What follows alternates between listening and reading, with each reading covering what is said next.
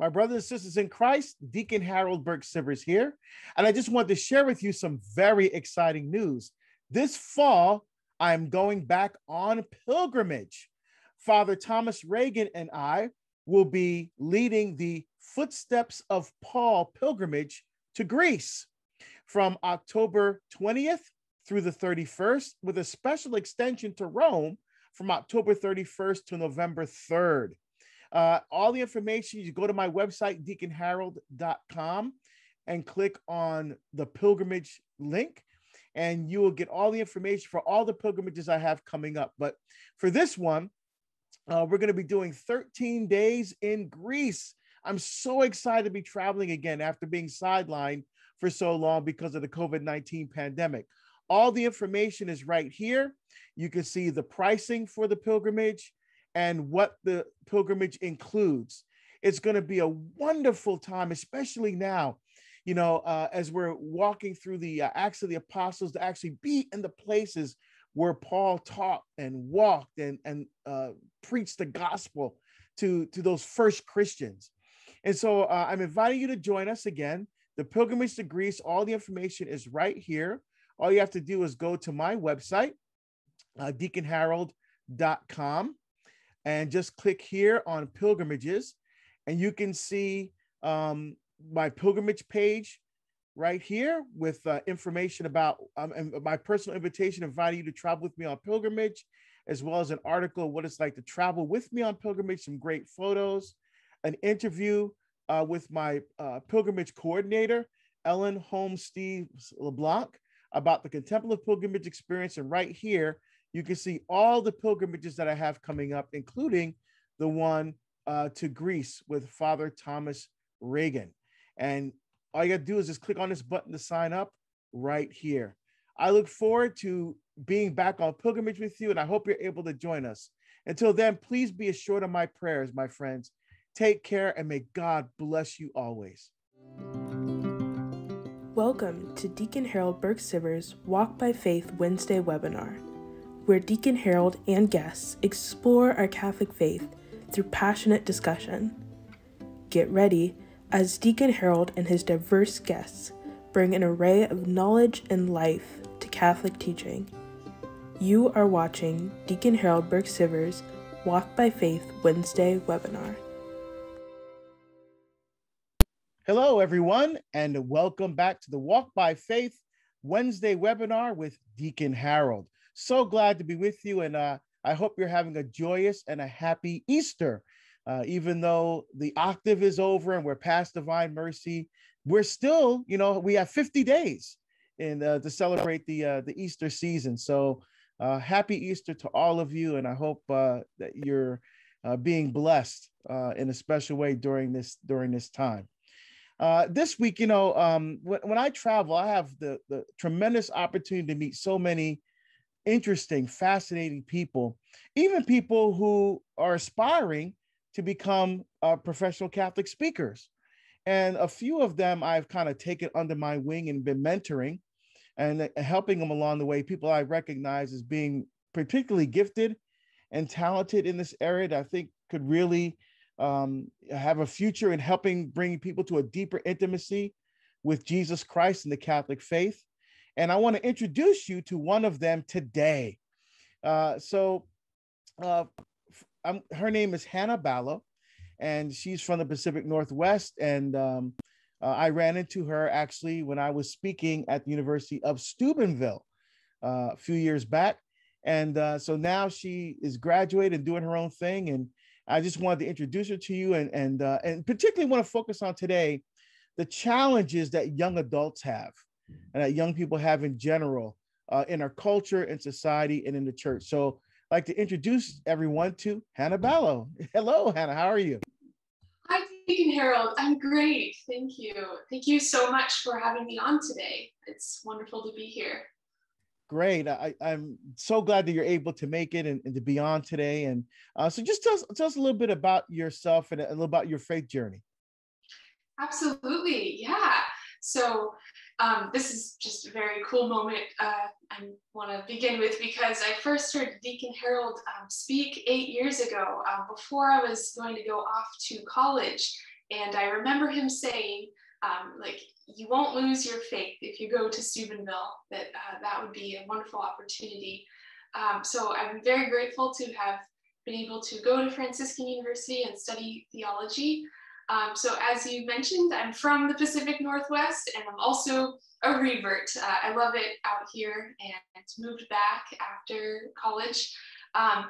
And when people ask me about my faith, I really have to like leave it up to God's grace when trying to explain just the way the Lord worked in my heart, because I didn't sort of have any grand like conversion or reversion moment to my faith, but it's always been a constant. And so because of that, the Lord has just been leading me step by step, perfecting his like love and understanding, because let's face it, even if we grow up in the church, we still have to face so much brokenness and so much sin of ourselves.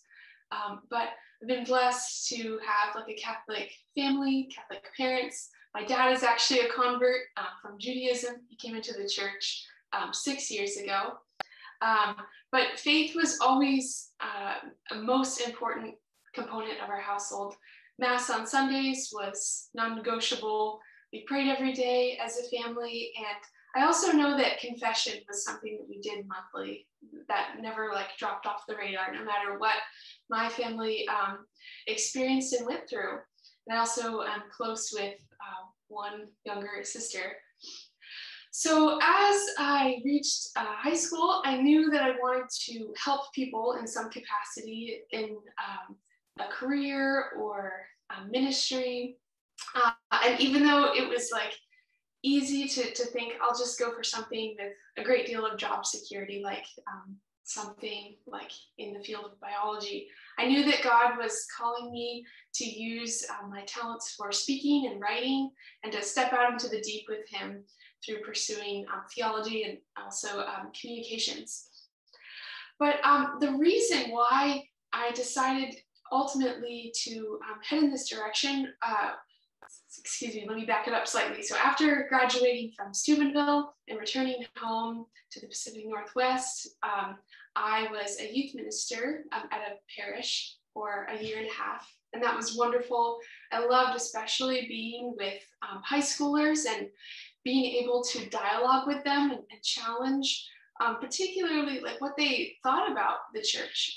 A lot of young people have so many questions, and they either feel like uncomfortable sharing their questions because they don't want to like seem offensive, like they have a lack of faith, for those who, you know, have stuck close to the church. But I think the majority of the case for those young people who have like already checked out of their faith, and we know by the statistics that that's a very large number, like youth no longer feel connected to their faith around like 11 years old is what they're saying now, that their questions aren't welcome because the church is just a dry set of rules. It's just a human institution rather than being divinely instituted, rather than it being a relationship of love with the person of Jesus Christ. And so after like 6 solid months of the Lord working on my heart and really placing this call that I couldn't ignore, I knew that I had to respond and be obedient to that, and use logic plus the deepest questions that we have on our hearts to be able to reach young people, to be able to reach my peers essentially, because I know the questions that they're asking. I know firsthand what it's like to be part of this generation. And so I want very much to sort of step into and role play with different perspectives, answer those objections. Not that my reasoning alone is going to necessarily, change someone's way of thinking, but to go back to a time when we ask questions. We question what we read, we question what we hear, we question what we're being told or taught in public school and in the university system, in order to come to the truth. Oh, beautiful. And there's a couple of things to note. First of all, your family upbringing, that's awesome. Because too often today we see this outsourcing of the religious faith. And what I mean by that is you have parents that are willing to drive their kids to soccer and baseball and ballet and all these different things. But when it comes to taking them to mass every Sunday or to confirmation class or to youth group, that's a different thing. You know, it's like, well, they'll learn about Jesus in those places. At home, we just need to worry about getting them through life, and so they outsource the responsibility of teaching the faith. Well, Father will do it, youth group will do it, confirmation class will do it, and the kids end up not falling in love, because the first place where young people learn to fall in love is in the home, So it's wonderful that your parents created an atmosphere, an environment where that love for Christ is nurtured, not just knowing Christ, but knowing Christ deeply, personally, intimately. So what a blessing that is as well. And of course, your experience as a young person, which I want to dive into now. So as you mentioned, statistics are startling, actually. Bishop Barron talks about this all the time. Young people have mentally checked out of the Catholic faith by the time they're 11 or 12, 13, right in that area there.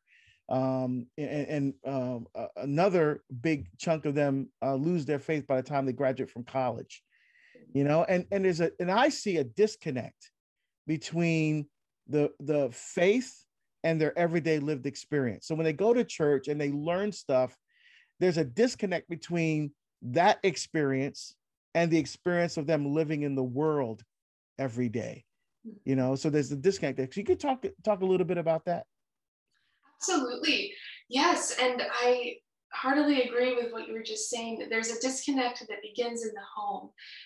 Families don't eat dinners together. That's like a more and more common phenomenon. And before kind of the onset of COVID, we were rushing from soccer practice to other activities. And so faith can easily become just one of those things that you do. It becomes another check in the box. And then unfortunately, when it's no longer convenient or doesn't make sense in like the schedule, it can even be something that gets eliminated. But we haven't like lost that desire for happiness. We haven't like stopped asking the question, like, what is the meaning of life? But instead of looking for that in religion, in the person of Jesus Christ, we're looking at it, through our phones and through our friendships. Young people don't really have a particular trust in any given institution. There is the moral relativism that pervades, where like you have to sort of figure out your own meaning in life. We hear taglines like "follow your bliss," or listen to your heart, but there's no like concrete grounding in young person's lived experience to connect them to that. I think a large part of that is we don't have community like much of the history of the world has had. We don't have like our little village, and we're constantly interacting with our neighbors and helping to build and support our lives. We have our like little living space, and we're not even necessarily connecting with our physical neighbors in proximity to our residents, let alone our neighbors at church. And so there's not this idea of you find and cultivate deep friendships, outside of Mass with the people who are, with you, who are there at Catholic. It's very hard to be Catholic, especially at public school. That was certainly my experience. You end up very alienated, and you don't necessarily have people to talk with because that is like a very non-accepted way of living, right? That there's actually concrete truths, and we can know them, and faith can enlighten our understanding of reason, but it's very much you pick and choose what's true for me may or may not be true for you. But no matter what, I think the essential component of hope that there is in this situation to like just the systematic atheism and agnosticism that has seeped its way into our thinking is that people are still unconsciously seeking God. Even those who have the church right in front of them, or were raised Catholic and are now questioning or leaving their faith for various reasons, or because they don't feel fed, or they never felt an experience of God and actually feeling in the heart, well, I'm loved by God. There is still a drive, a hunger for meaning, a hunger to escape the ordinary.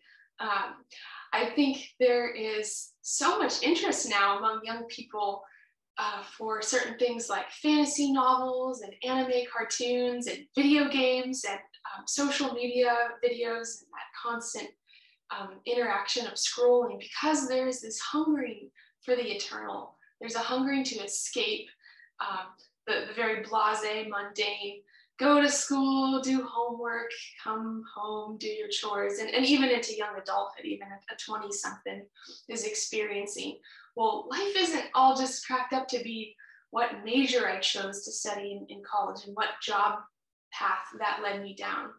It's not sort of enough. So there's this hungering for more. And I really and truly believe that that is the place that we need to speak into for teenagers and young adults, especially.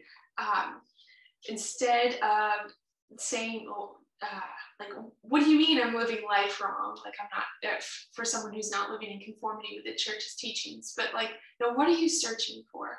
What are you hungering for that the world cannot satisfy? Yeah, you bring up some excellent points there about the disconnect. And it's interesting, seeking, searching, because there's that beautiful natural law that God has placed into each of our hearts, where we can come to know God through reason alone. And so no matter, what state of life that you're in, no matter what religion you are, there's still that longing, that hungering, and that desire. And you're right. I totally see young people trying to find fulfillment in social media and in video games and in fact, even as I mentioned in a number of my talks, vampires and zombies, on television, because what they're longing for is the flesh and blood of Christ is what they're longing for. But because there is this disconnect, because they don't see a connection between their faith and their everyday lived experience, they're trying to find this flesh and blood in creatures that are dead. I can't give them anything. And you hit the nail right on the head, I think, with again, social media and these electronics, that those are tools. And of course, even video games is a wonderful, release and a source of entertainment. But the problem is, for so many young people, it's become their life. It's almost overtaking and overshadowing almost every other aspect of their life. In some cases, it's even become an addiction, So how, and you also talked about this atheism thing, and I want you to talk a little bit more about that, because we see, people like Sam Harris, who's very popular with young people. They'll go off to college, and then all these professors with these letters after their names will fill our young people's heads with garbage, and so they'll walk out of college. Again, college is supposed to be a place that teaches young people how to think. And now they've become indoctrination centers where they're teaching people what to think. And so now they're leaving, not with any open-mindedness, not with any perspective. They're leaving there basically programmed to think and believe certain things. And so how can we combat that? Obviously, you went to Steubenville, so that wasn't an issue there. But now what you're doing is you're using what you received, that great gift, that great education that you received in the faith, and now helping young people in the situation, because I'm sure there's parents that are watching this right now whose children have left the church and they're heartbroken. And they're like, why can't I have a child like Hannah? What would you say to that? How would you speak to that? Yeah, that's a wonderful question. So exactly, under kind of the guise of, well, we're enlightening you to the way that the world is, every person has a bias. Every person has an underlying philosophy to which they live and shape and pattern their life after. This was really like crucial and mind-opening for me when I took some philosophy courses at Franciscan University, because they used this term worldview.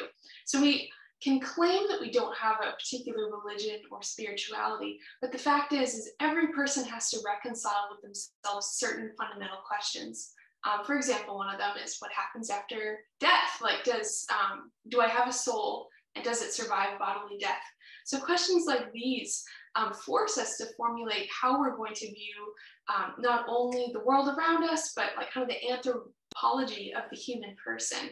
And so what young people need to be trained is to examine and re-examine what assumptions they have in their underlying worldview, because Catholicism is a worldview, but we don't just sort of accept it blindly. We have to question, does it match up with my experience of reality? Does it make sense? Do these claims of what Christ is saying actually line up with what we can ascertain about God and the destination of our human lives through reason? They both work together beautifully.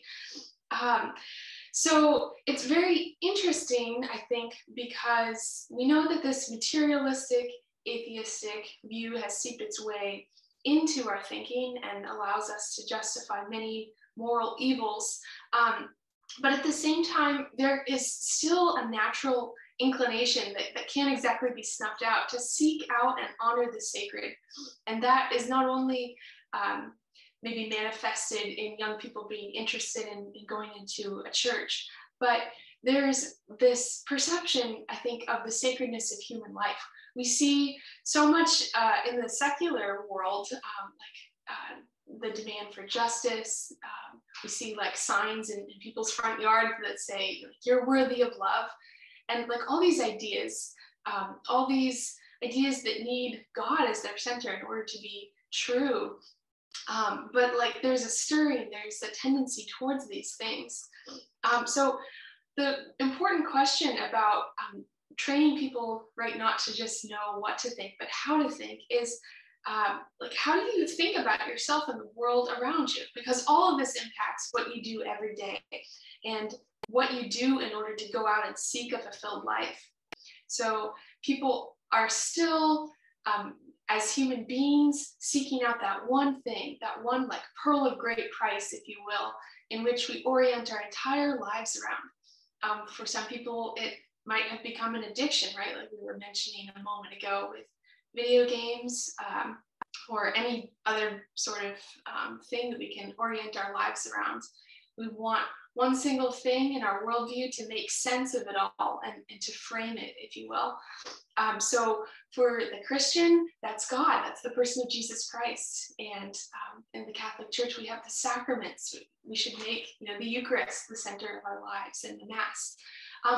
But for the young person who is seeking something other than God, you can still dialogue with them and question, well, how is that working out for you? How is making your job or your physical fitness or your relationship the center of your universe working out? Is it providing happiness? Is it providing freedom of the soul, or is it enslaving? All of us seek to worship because to worship is an essential component of being a human person. So we need to wake people up to that fact. It's not just because I'm part of a religious institution that I have this desire to worship. Like, we're born with that desire, whether or not you are actually channeling it the way it was supposed to be used, right, to worship and find God. So the gospel of the world, so to speak, which is like the anti-gospel, does not know what it means to be a human person. It's fundamentally confused about the purpose of the human body and what the soul is for. It doesn't reconcile or consider the role of family in civilizations, or even the end goal of life itself. But when we can reorient it to question what we're thinking, we will be able to re-examine these things that are being taken for granted. Yeah, that's a great point. And let's put some flesh on the bone here. Okay.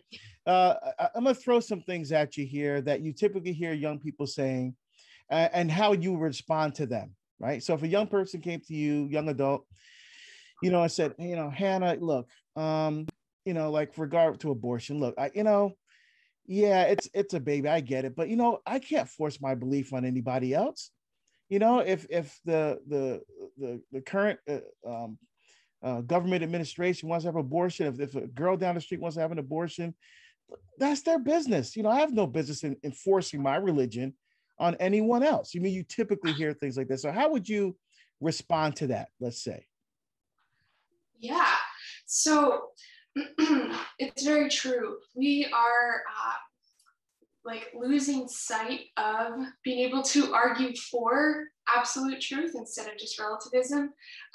But we definitely can come from that place of overlap that exists between believers and atheists. So I do think that that's something very important to address in this ministry, is that even the most dedicated of believers have moments. We all have moments in our days, even if we're trying to follow Christ, where we act or think as if we don't have faith. And one of those very tempting problems is to say, well, yeah, maybe I can't exactly assert the truth, or I don't know it well enough, or I can't answer like a Catholic apologist, so maybe I shouldn't answer at all. Maybe I should hide my faith or beliefs. And then pretty soon you slip off the map into this completely godless territory and thinking, well, maybe certain things, certain evils can be justified in the case of everyone else is doing it or saying that it's fine. So I do totally believe that we have to articulate the goodness and beauty of the church, and in that way be able to lead people to a greater understanding of the truth. It's more than just like a round of speech and debate, because we've got plenty of that happening already on the internet. You can pull up social media and debate an atheist all day long as a Catholic Christian. But what we have to get to the heart of is, what does it mean to be a human person? Do we have that right over another human being? Or is something like abortion actually a slavery, because we are almost, considering the property of another human being's life to be my own, that I have the right to decide whether they live or die. I really want to point out all the different ways that utilitarianism has slipped its way into our thinking, that a human person's usefulness, right, to the mother or to society would determine whether or not they're permitted to live.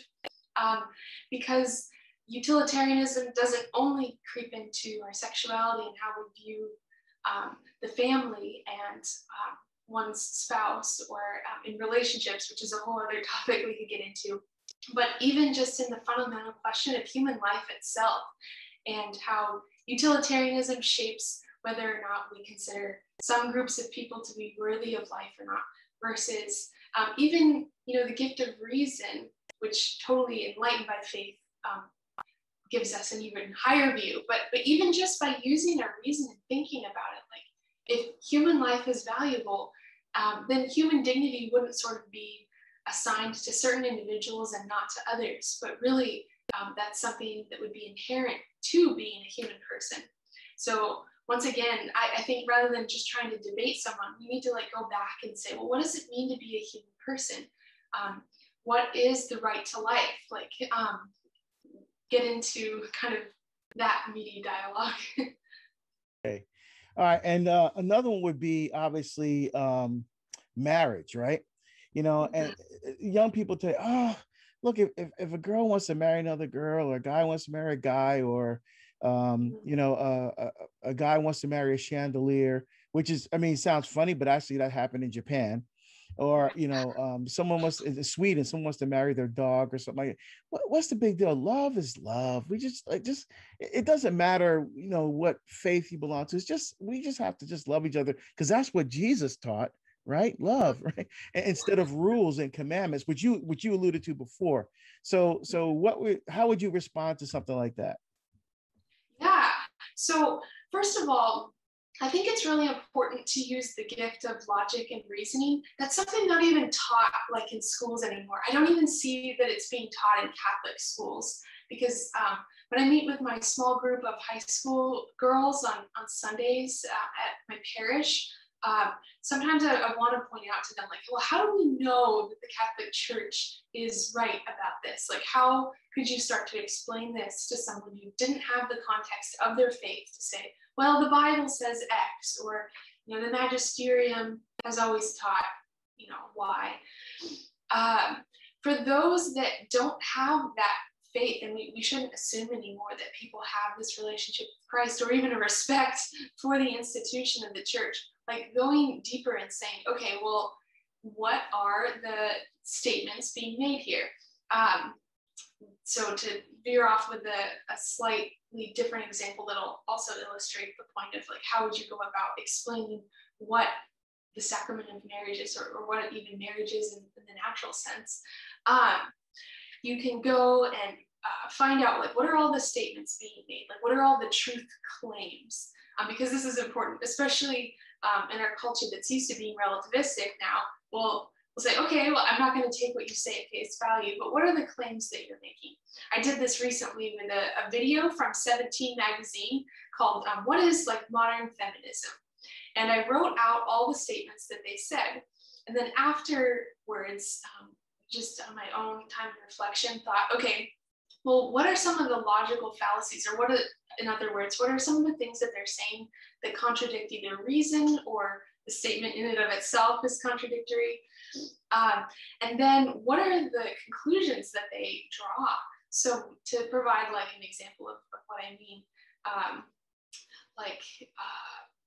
there was, like, a transgender man claiming to be a woman, like, arguing for feminism. And it's like, well, okay, if he's arguing that, like, women need more opportunities than men, well, how does that work out? That, like, it's just his feeling or his claim to be a woman actually make it so in reality. Like, it doesn't make it so on a scientific level. It doesn't make it so in a level of like, reason, or, like, if feminism is supposed to be equalizing, it's contradictory to say that women need, like, more opportunities or level out the playing field to take away opportunities from men in the workplace in order to give them to women. So pointing out these, like, contradictions that people aren't necessarily thinking about because it can slip easily under the radar. And then look at the conclusions. Like, what would it look like if what someone is claiming, like, actually happens in reality? To take a different example in an extreme, it's like, okay, well, we need to defund the police department because of violence being done to ethnic groups. Well, if you defund and take away the police department, like, how would a society function without, like, law and order being kept? Like, what would happen if, like, this was actually permitted to be? So people need to think about the consequences.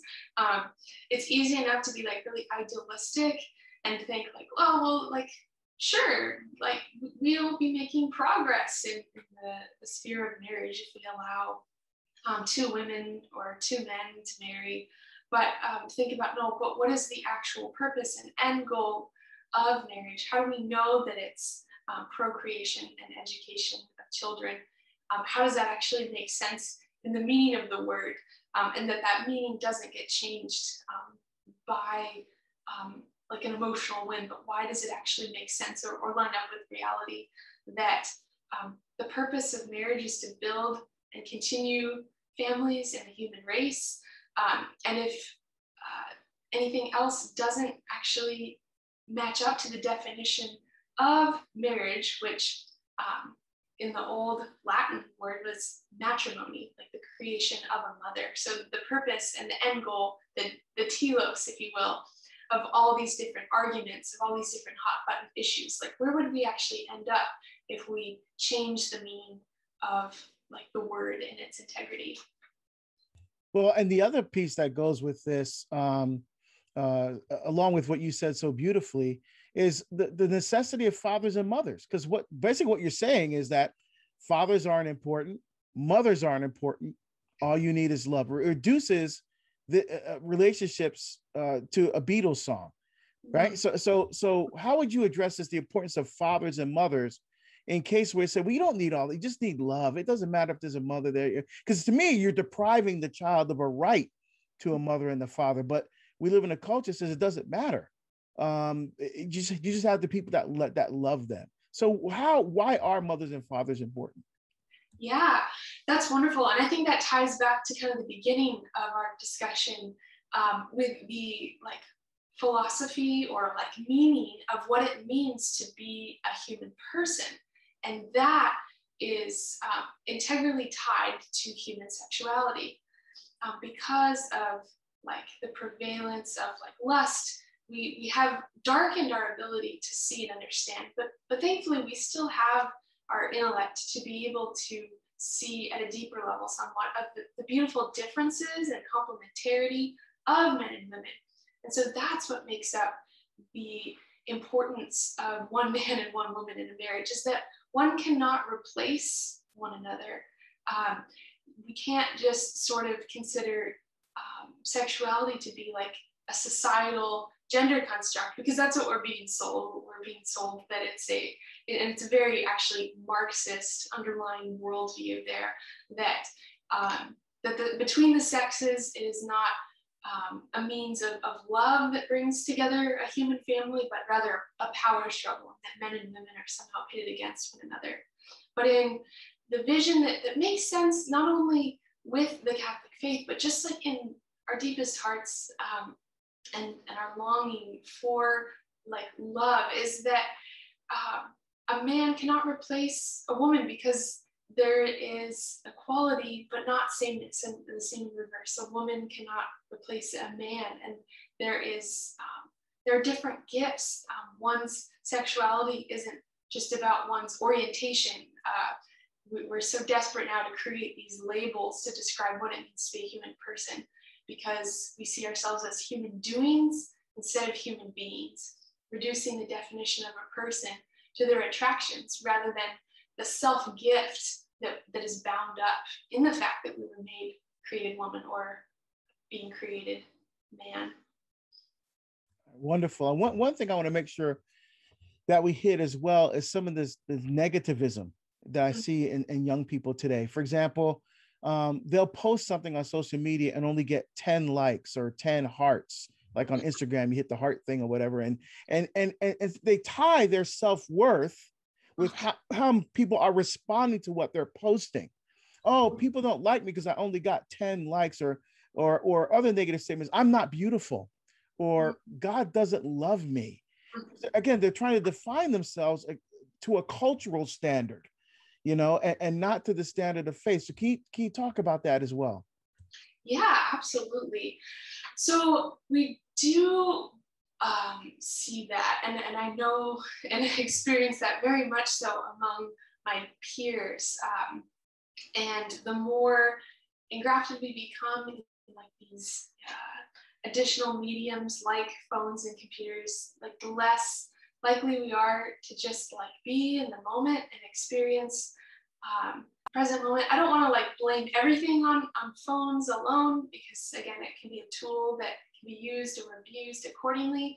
But absolutely, there is this underlying issue of not feeling worthy, and it's contributing to young people experiencing depression and anxiety in exorbitant numbers, rather than that being the exception to the norm. Now I'd say it's the majority of young people struggle with anxiety and depression and other mental issues. And it's a thermometer, so to speak, measuring also the lack of spiritual health, because our emotional and mental well-being is so very much tied to our spiritual well-being, because we're whole and integrated persons, body, mind, and spirit. So how to kind of combat this, how to like wake people up to realize it's not just about how you're being affirmed like by other people, by society, whether or not what you have to say is approved, so to speak, with the wokeism or mentality.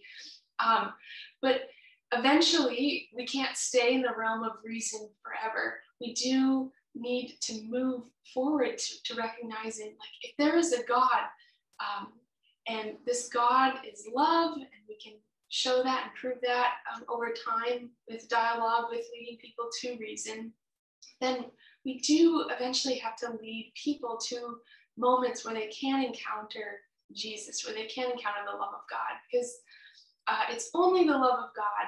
It's only the true definition of humility, which is being able to see oneself as God sees you, that will allow you to be able to break free from this desire for affirmation and sort of never getting that desire fulfilled by this world alone.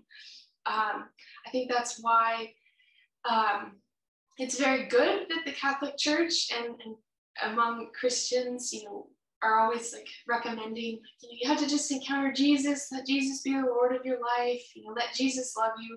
But like none of that actually means anything until I think you've taken the journey first through the mind and understood how that makes sense. You're persuaded enough to understand like intellectually why this stuff makes sense, why the church is a divine and not just a dry human institution. But once you have that background that can tell you like, this is why you have worth as a human person. This is what it means to be made in the image and likeness of God. That beauty of coming to that understanding and being taught perhaps for the first time of what that means and how that would apply to my everyday life will lead a person deeper into that journey of seeking. I think that's what often leads atheists to their first prayer, that first, like, God, I don't know if you're listening, but if you are and you're real, like, reveal yourself to me. Like once we've had enough foundation laid to understand why this Catholic Church stuff makes sense and isn't just an outdated patriarchy, then, only then, can we actually open ourselves up to discover the grace that's been persistently knocking on our hearts. Because the truth is, Catholicism is not just another religion where man is seeking God, but God is seeking man, and he's constantly trying to grab hold of us and get our attention and point us to himself. And I think honestly that beauty might be a better starting place to reach disillusioned young people who don't think there's any particular one truth to define what it means to be a human person. And then people falling in love with that beauty can be led more to the truth.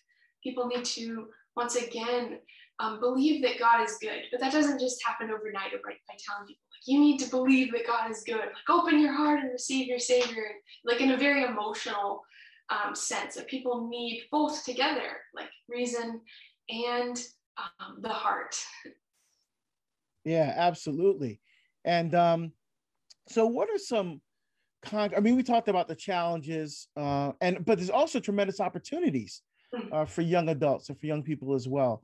And so what would you say would be some concrete steps that they can take forward as they're struggling with this, as they're thinking through these issues, as they're trying to find truth and beauty, and the transcendentals, truth, goodness, and beauty, and meaning, and to try to find purpose in their life. There is a reason why I exist. There is a reason. Now the atheist, you die and then there's nothing. No. There is a purpose, and that purpose extends beyond this world. That my life is being ordered and directed towards something greater than myself. So what are some ways, some concrete ways that young people can start to think about and move forward in deepening their relationship, or even rediscovering their relationship with the living God? Yeah, wonderful question. Absolutely. And I kind of like to borrow sometimes from the secular world and use the terms that they're using to sort of reawaken what young people are already like seeking, like use the channels that they're already seeking out. So by that, I mean, this whole idea of self-help is vastly popular. So concretely, young people are searching for God, they're searching for meaning. They don't exactly know what it is they're searching for. So I think there's like a huge popularity, especially among millennials, to seek out psychology as a means of healing. Like, okay, I think if I just go back into my childhood and reconcile with my wounds, reconcile with trauma, that will help me to move forward in life and be a happy, healthy, productive person. And then if I learn better habits, if I like live a more balanced life, there's a huge idea and popularity around this idea of balance. Oh, if I just have a balanced diet, balance work and friendship with my time, good amount of sleep. So lean into that self-help category. And sometimes I've even been like labeling my videos, like a new look at self-help, there is a resurgence in desiring spirituality rather than actually being a completely materialistic, atheistic society. Now you see young people interested in wearing crystals around their neck, and they think it's going to help them like do well on their tests or get better night's sleep and all sorts of crazy stuff like that. So jumping, away from Catholicism, there's actually like an interest or a curiosity, at least in the spiritual and the superstitious. So like take that curiosity, take those desires, and like lead people to concretely reassess their thinking about it, question what they believe, learn to ask questions instead of just thinking that all the answers are in the back of the textbook and I just have to memorize them. And retrain people how to build up and live in community, because it's way easier to discover the truth and to eventually have that experience of God and allow God into your life and recognize the importance of spirituality when you're part of a community, when you have fellow seekers of the light of the truth. So I also go quite a bit in depth in how you reverence other people and build up happy and healthy and wholesome friendships and relationships, because even if you're not at the point of knocking on the Catholic Church's door and saying, I want to be baptized, or I want to like go to confession after a long time and call the faith my own, having those friendships of other like-minded seekers of truth will help the dialogue take place that, myself or other people who desire to evangelize couldn't possibly supply for. And then eventually, as I continue the creation of this series of videos, I want people to reconsider what they consider to be prayer. Instead of prayer, this interest that young people have in helping themselves in seeking out spirituality often looks like mindfulness and meditation. And it's this kind of idea of like, well, you just got to empty your mind of everything you're thinking about, everything you're worrying about once in a while, and that'll help you be restored. But leading people in that more accepted secular idea of meditation and mindfulness, and saying, but what if instead of being empty and merging with the unconsciousness of the universe, what if there was being? What if there was love? And what if this love was communicable? What if next time you get ready to sort of refresh yourself in this way, like consider like God, but maybe describing it in different terms so that people who have been turned off, who've just been associating prayer and spirituality with a very rigid, closed off view, can actually like rediscover, no, what does it mean to pray? Like, how do we actually open ourselves to the God of the universe? And so through these main steps, through seeking, through community, and through re-examining what it means to pray and inviting people to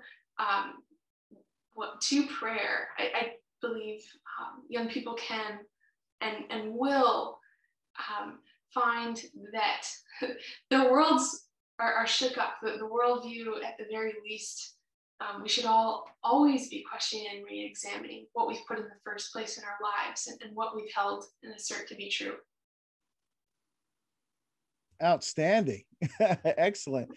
Well, as we're wrapping up our time here, I want to share with people how to get in contact with you. So I'm going to do a share screen here. Oh, here we go. I'm getting better at this sharing screen stuff. So here's your website. Yes. HannaBallo.com, and there's a wonderful picture of you. And you scroll down here, remembering how to be human. If you want to know why your life is meaningful, you've come to the right place. I love that. That's awesome. And there's all your social media here: Facebook, Instagram, YouTube, Gab, Pinterest, LinkedIn. And here we have an about.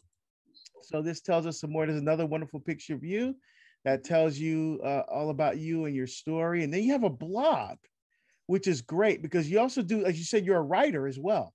Mm-hmm. So here you have wonderful blog posts. Here, Restoring Eros, Romantic Love, Reclaiming Friendship, religion and reason, self-knowledge. So these are the things that young people say, hey, wait a minute, yeah, I want to understand friendship better. Bam, you have a wonderful blog here that they can go to that talks about that. That's wonderful.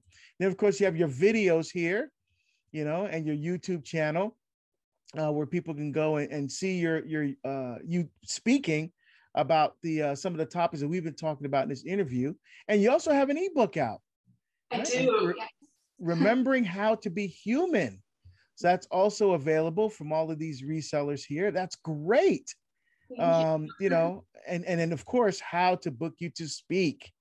And so if people want to bring you to their parish or to their conference, to their event, yeah, you have a speaking request form here, which is wonderful. So again, everybody, that's hannaballo.com. I'll put a link to it at the bottom of this video as well, so that everyone can have an opportunity to get to see you and to experience you live and in person. All right, excellent. So again, it's hannaballo.com. And how else can people? You saw your website, and to just stay in touch with you, is just the website's the best way to do that, and your YouTube channel. And yeah, and also highly encourage Facebook and Instagram, because I'm often checking that. So if you want to just add me and direct message me, I will get back to you. And there's also an email address on the website, so that's perfectly wonderful as well to reach me.